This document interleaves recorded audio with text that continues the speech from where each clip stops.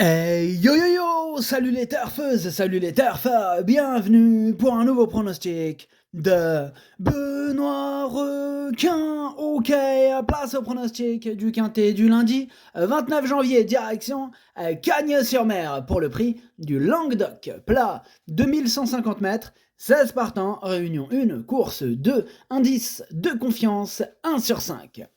Alors cette vidéo, je la tourne avant l'arrivée du quintet, du prix d'Amérique, et je reviendrai bien sûr dessus demain. Ok, c'est parti, on commence le pronostic et on commence avec le numéro 1, l'Acajou. Et on n'aura pas les commentaires de l'entraîneur. Bon, en même temps, c'est qui l'entraîneur? C'est Captain Ian Barbaro. Captain Ian Barbaro. Alors, il avait besoin d'un peu de monde sur son bateau. Il leur a dit: Francis-Henri Graffard, toi, tu prends les filets. Fabrice Vermeulen, tu tires la canne à pêche. Et c'est parti. Voilà, donc amuse-toi bien, Captain Ian Barbero, avec ton équipage. Plus, là, c'est l'équipe de choc. Ils sont souvent ensemble, ces trois-là. Enfin bref, on reste. On va rester dans notre sujet. Le numéro 1, qui me plaît beaucoup, j'y crois. Moi, je pense qu'il peut même gagner. Voilà, je l'ai mis deuxième. On passe au numéro 2. Alors lui, c'est Almanzora et on écoute Jean-Claude Rouget, le très talentueux entraîneur Jean-Claude Rouget. J'ai hésité à la courir, mais Almanzora sera bien au départ de ce quintet, sur un parcours où elle vient de réaliser une belle performance et sans être particulièrement affûtée. Important à préciser. Alors, si elle est capable de répéter, alors oui, elle possède sûrement une bonne chance en valeur 38,5. Disons qu'elle peut terminer dans les 3 ou 4 premiers. Eh bien, il y a de la chaleur chez Jean-Claude Rouget, et quand Jean-Claude Rouget est confiant, je ne vous cache pas qu'il faut prendre en considération de façon très sérieuse la candidature de ce numéro 2. Ce numéro 2, d'ailleurs, que j'ai mis très haut, j'ai mis 3e, et j'y crois. On passe au numéro 3, Belafonte, et on écoute Christophe Escuder. Belafonte n'est pas facile, il faudra qu'il se montre calme durant le parcours s'il veut montrer son vrai visage. Eh bien, le retour sur le gazon sera sans aucun doute mieux pour lui, et je pense que l'allongement de la distance sera aussi un point positif. Bon, cela reste un vrai test, mais il me semble extra le matin. J'espère le voir bien se comporter. Eh bien, je vais pas vous dire j'espère aussi, étant donné que je l'ai pas retenu. Par contre, il est quand même à l'arrière de ma petite liste des possibles troubles faits. On enchaîne avec le numéro 4, Magellan, et on n'aura pas les commentaires de l'entraîneur, c'est Francis-Henri Graffard, comme on l'a dit tout à l'heure, il est parti pêcher, il a rejoint Captain Ian Barbaro. Captain Ian Barbaro, amusez-vous bien. Alors, par contre, lui, ce numéro 4, oui, je l'ai retenu, étant donné que c'est lui mon préféré, je l'ai carrément installé en tête. On passe au numéro 5, c'est Beautiful Memory, et on écoute Nicolas Perret. Eh bien, Beautiful Memory, il a profité de vacances après sa bonne fin de saison 2023. Bon, là, il effectue donc sa rentrée, et elle devrait avoir besoin de cette course pour arriver au top. Ouais, là, je suis pas d'accord avec Nicolas Perret. On dirait qu'il nous susurre à l'oreille de l'écarter. Je sais pas, je le ressens comme ça, moi. Franchement, ouais. J'ai l'impression qu'il veut nous refroidir. Ça sent le refroidissement, là, ouais. Ouais. Mais en tout cas, moi, ce numéro 5, j'ai pas écouté l'entraîneur. Il peut nous refroidir autant qu'il veut. Je le garde assez haut. Enfin, assez haut, tout est relatif. Moi, je l'ai mis 5e. On passe au numéro 6, New Roller. Et on écoute Jérôme Régnier. New Roller a débuté très tard sa carrière, mais il n'est pas dénué de qualité. Bon, alors cette fois, on va tenter dans cette catégorie, car sur le gazon, il n'a pas beaucoup de choix. Néanmoins, il commence à avoir de l'expérience, même si j'aurais préféré qu'il en ait plus pour arriver dans cette catégorie. Voilà, rallongé pour l'occasion, j'espère le voir bien se défendre à ce niveau, mon copain. Bah ouais, on espère, en tout cas moi j'y crois, ce numéro 6, je pense qu'il peut en faire souffrir plus d'un sur sa route. Je l'ai mis 4e, attention à lui. On passe au numéro 7, Goggon Space, et on écoute Édouard Montfort. Dernièrement, c'était une rentrée après castration, et Goggon Space avait besoin de courir. Bon, il était assez frais, et avait besoin de cracher son feu.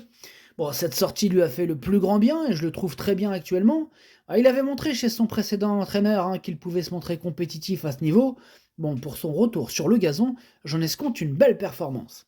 Ouais, il a surveillé de près ce numéro 7, mais bon, ce quintet il est ouvert, et il a fallu faire des choix difficiles, et c'est comme ça que ce numéro 7, je l'ai pas retenu.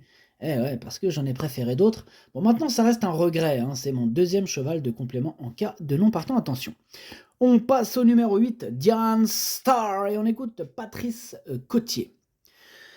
Diane Starr a fait preuve d'une belle régularité la saison dernière, pénalisée suite à son succès fin octobre, sa marge de manœuvre est désormais très réduite, hein.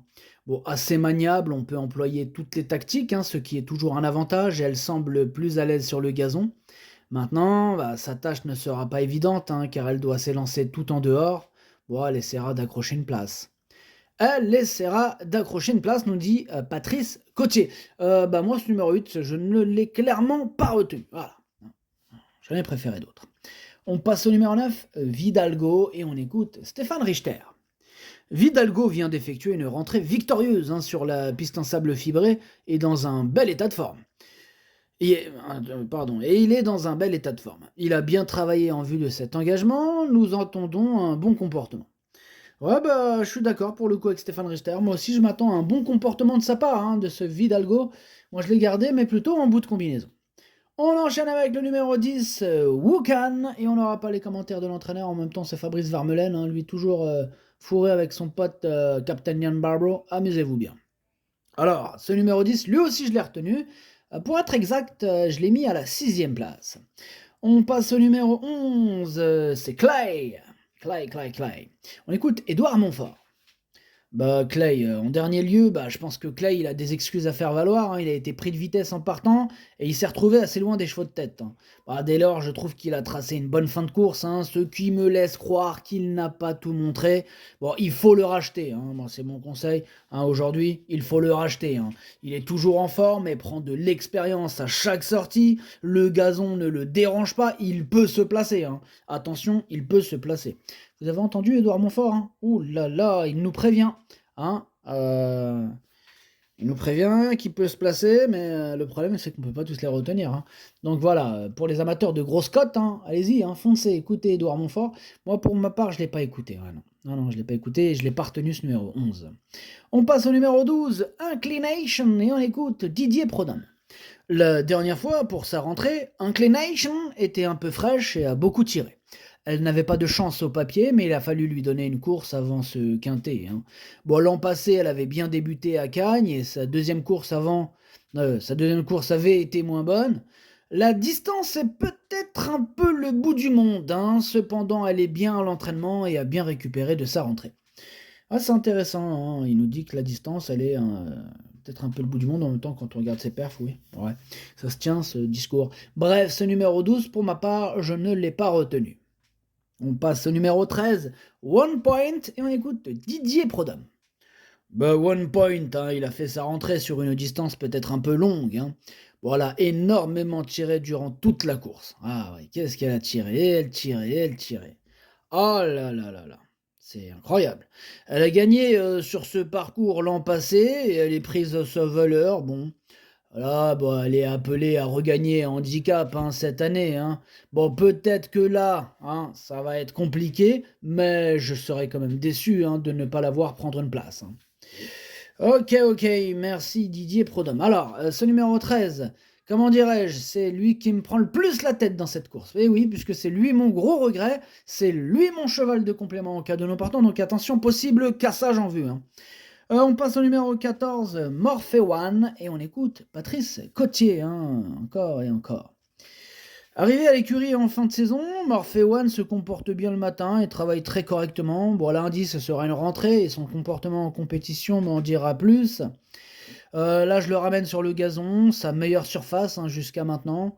Bon, à juger sur ses dernières sorties, il devrait pouvoir bien se comporter. Bon, cela reste une rentrée, mais une place me comblerait, hein, c'est évident. Et oui, c'est évident. Bon, moi je l'ai pas retenu ce numéro 14, mais c'est lui le chef et le capitaine de ma petite liste des possibles casseurs de tickets repérés, attention. On passe au numéro 15, la Mazelle, et on écoute Patrice Cotier. Dernièrement, la Mazelle m'a un peu surpris, car je pensais que sa valeur ne lui laissait aucune marge de manœuvre. Je trouve qu'elle s'est bien défendue, hein, elle a bien plu à son jockey aussi. Bon, cette fois, on monte de catégorie, mais au regard de sa forme actuelle, hein, bah, je me laisse tenter.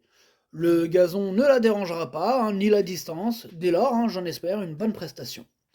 Ouais, bah moi aussi, hein, j'y crois ce numéro 15. Je l'ai gardé en bout de combinaison, puisqu'il devrait avoir une petite cote sympathique, attention à lui. Et on termine avec le numéro 16, Isla del Sol, et on écoute Nicolas Perret. Isla del Sol n'a pas eu de vacances, mais elle a été ralentie après son dernier succès à Chantilly. Bon, elle effectue une petite rentrée, mais elle est bien et devrait bien courir. Ok, bah moi ce numéro 16, je l'ai pas retenu, mais il est en plein milieu de ma petite liste des possibles troubles faites. Le pronostic, ça donne 4, As, 2, 6, 5, 10, 9, 15. Merci d'avoir suivi cette vidéo. N'hésitez pas à mettre un pouce bleu si la vidéo vous a plu. Pour accéder à tous mes tickets pour la course du Quintet, rendez-vous directement en description de la vidéo. À jouer avec modération. Bonne chance. Chopez-le moi. Ciao.